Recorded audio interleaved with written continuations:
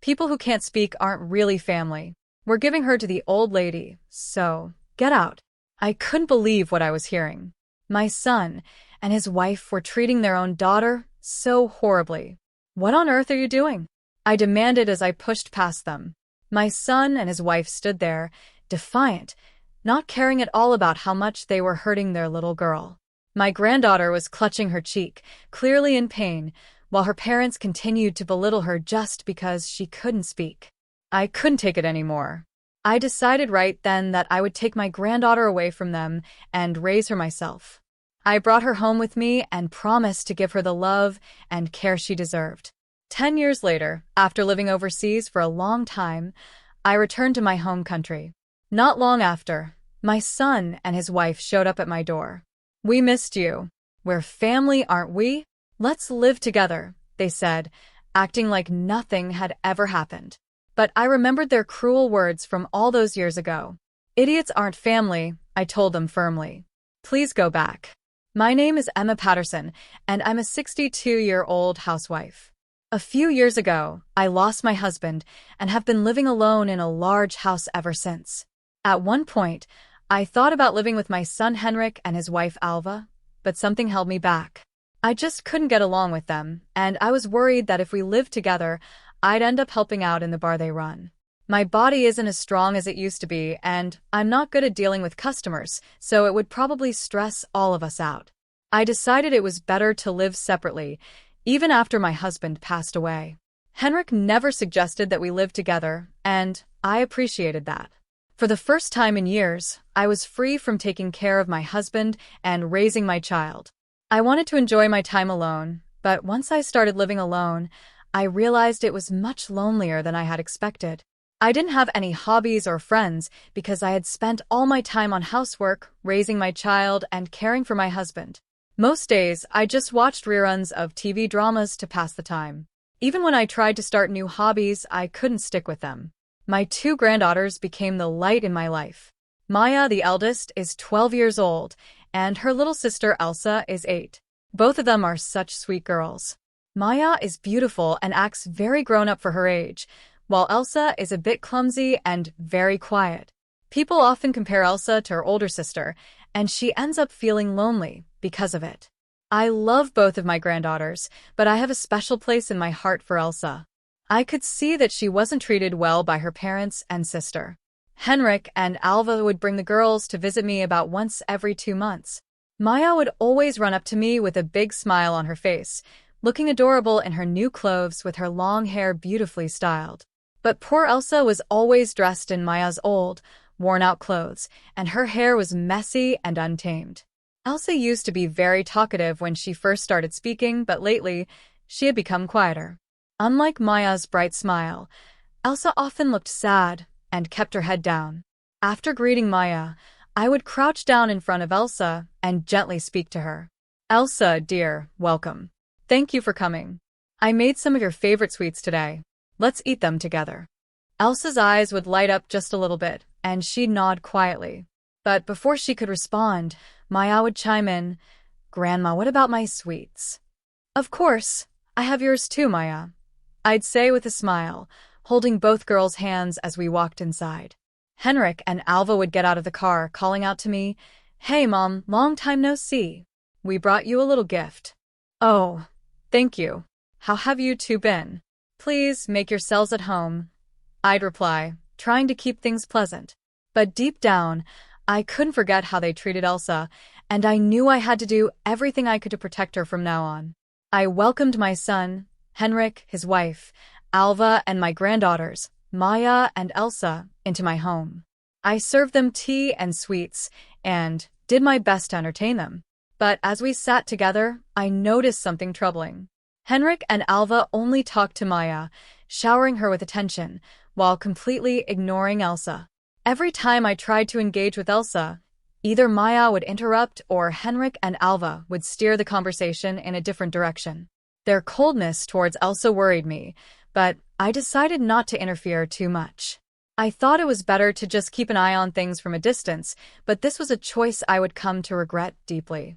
One day, I planned to visit Henrik and Alva's house, bringing along some sweets I knew the girls liked. As I approached their front door and reached out to ring the doorbell, I suddenly heard Henrik's voice, shouting from inside the house.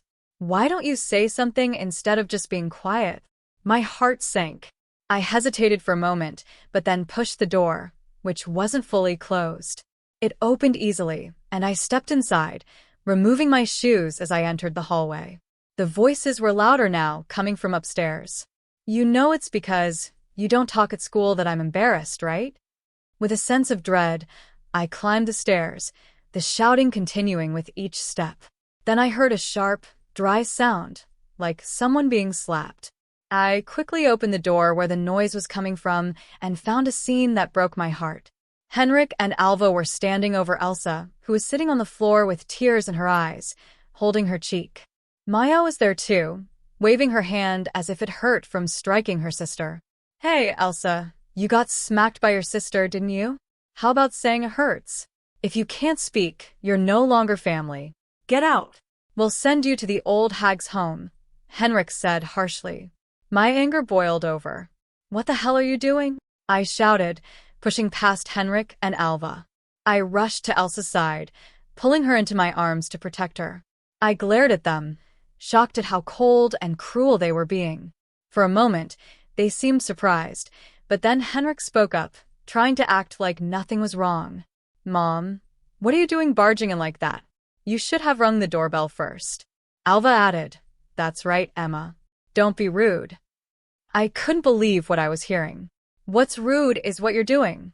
Surrounding and berating a little girl? Henrik, aren't you ashamed to mistreat your own child? And Maya, why did you hit your sister? It was the first time I ever raised my voice at Maya, and for a moment, she looked scared. But then she lowered her head and mumbled, "Cause?" Alva quickly pulled Maya towards her, hugging her protectively while glaring at me. "Please don't blame Maya," she said sharply. I glared back, refusing to back down. Protecting Maya after she hit her sister is not how a mother should act. Henrik, who had been watching silently, suddenly pointed at me and yelled, "Mom, what are you thinking?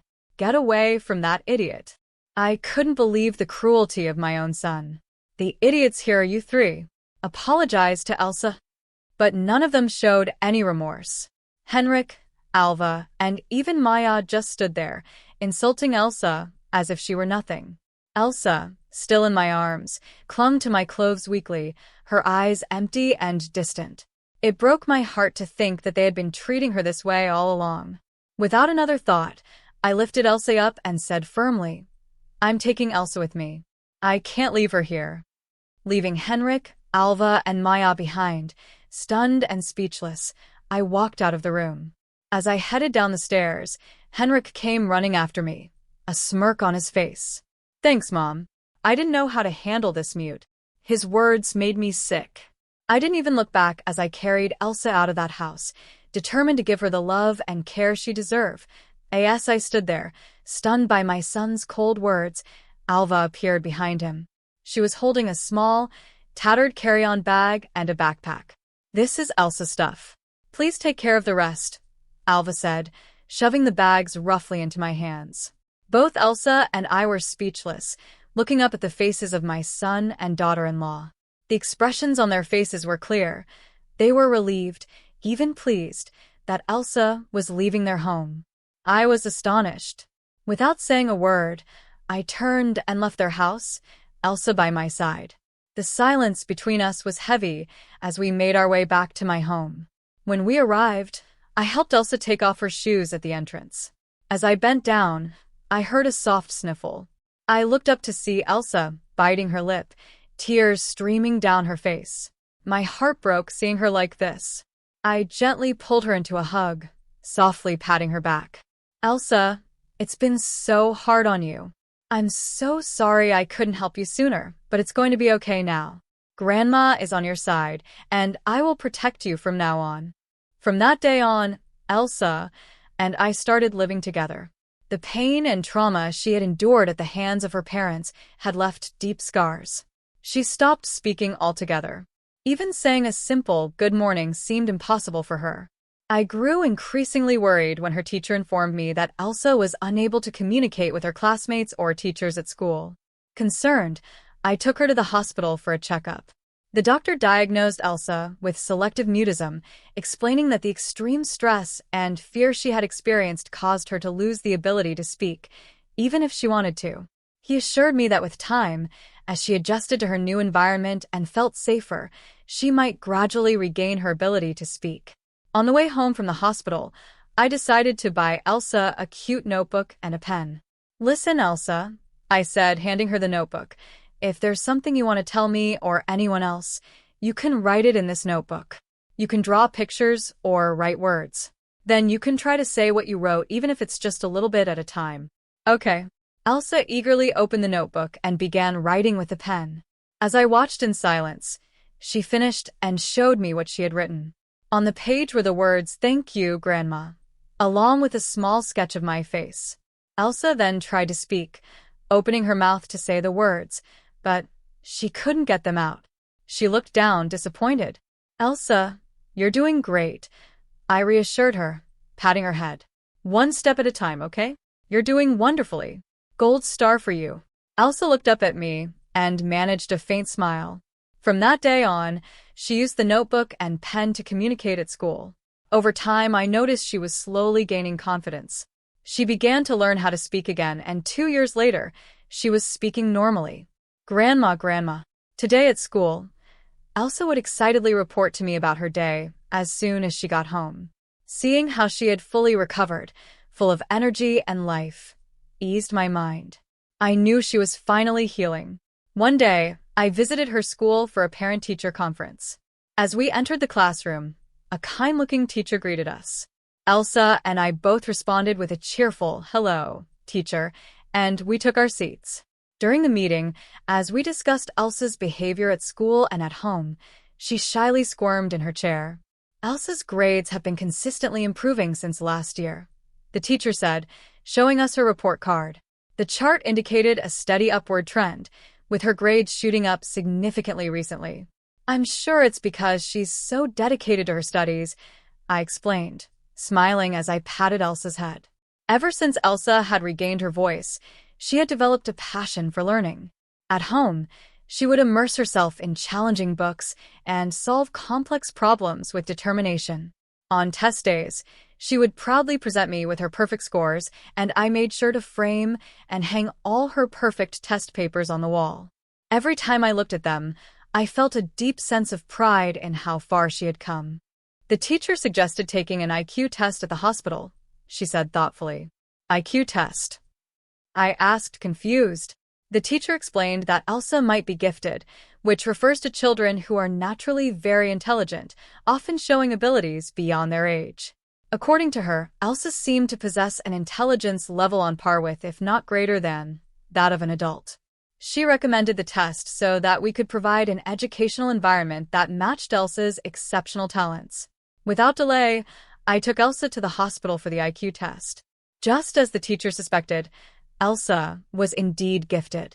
I was astonished when the results came in, revealing her incredible abilities. Curiosity sparked, I asked Elsa, "How do you find your studies in elementary school? Is it fun?"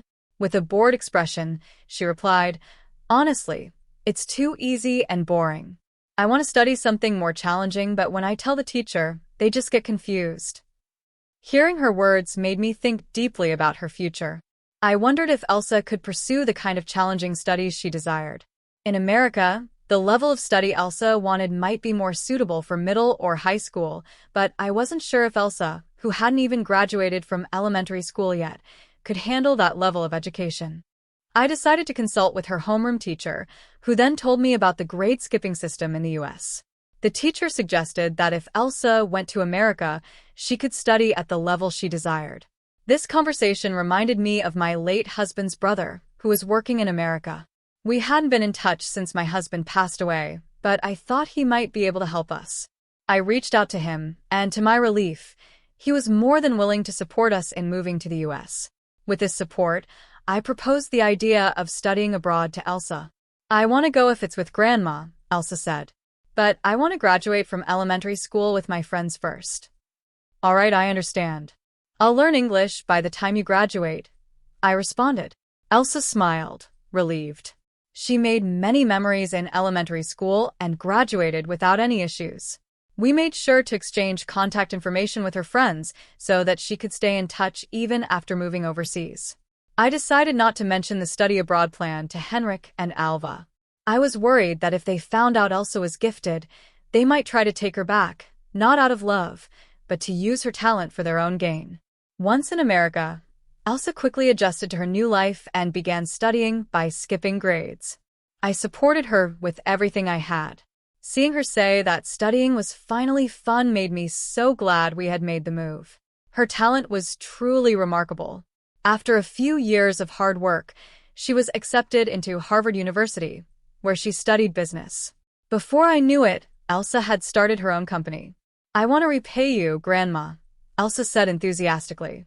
For me, she had already repaid me enough. Elsa had grown into a wonderful adult, and I was so proud of her. Her achievements were even featured on American news, spreading worldwide. She became a celebrity, and it was likely that her name was known across the globe. I often wondered what Henrik and Alva thought of her accomplishments. I hoped they regretted the way they had treated her.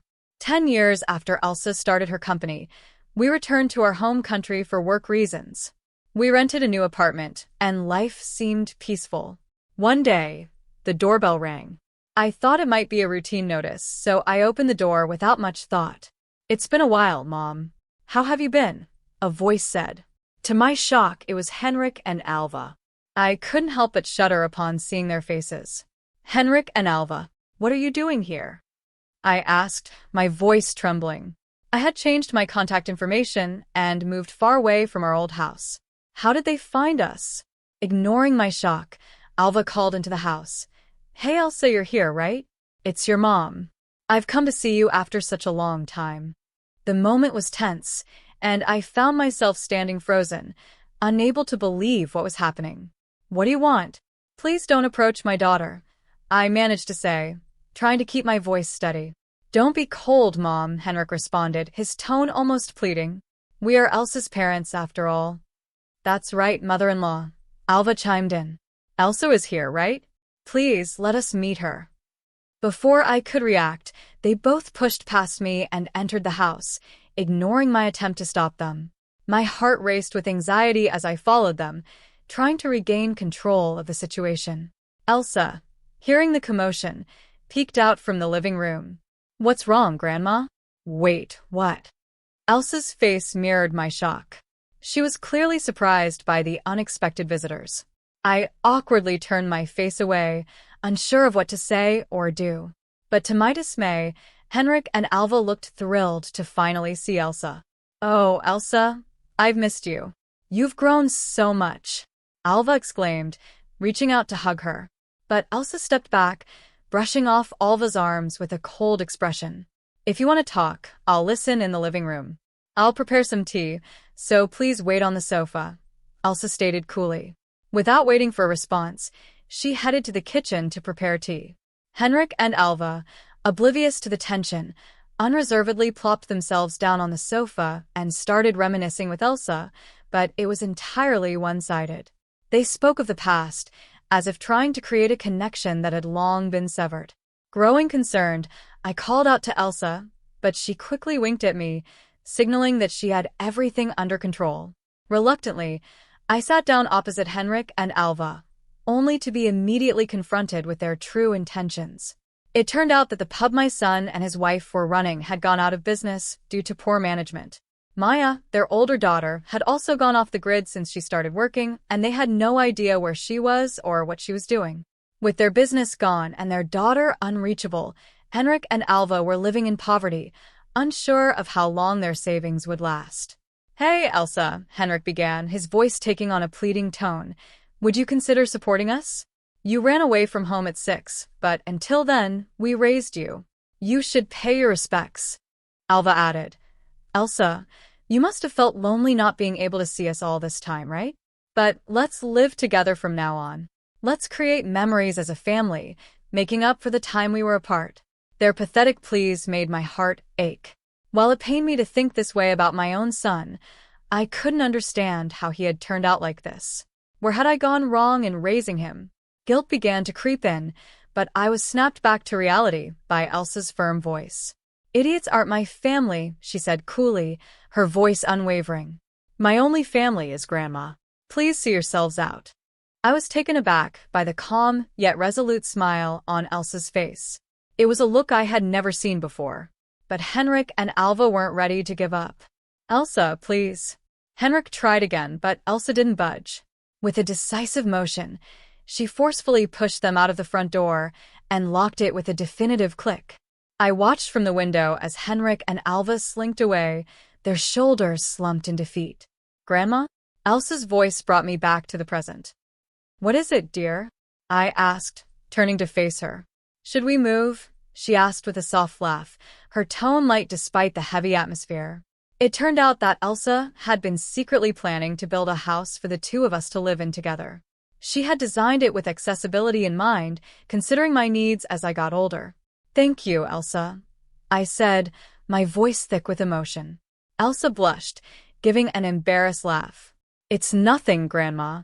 I just want us to be happy." Several months later, we moved into our new home. The house was perfect, with all the features Elsa had thoughtfully included to ensure my comfort. Our shared memories were framed and displayed on the walls, creating a warm and loving environment. Even the notebook and pen we bought when we first started living together were there, serving as a reminder of our journey. Every time I saw them, I was moved to tears, remembering how far we had come. Today, as I stood in our cozy kitchen, I decided to make Elsa's favorite dish. With a smile on my face, I began to prepare the ingredients, grateful for the life we had built together.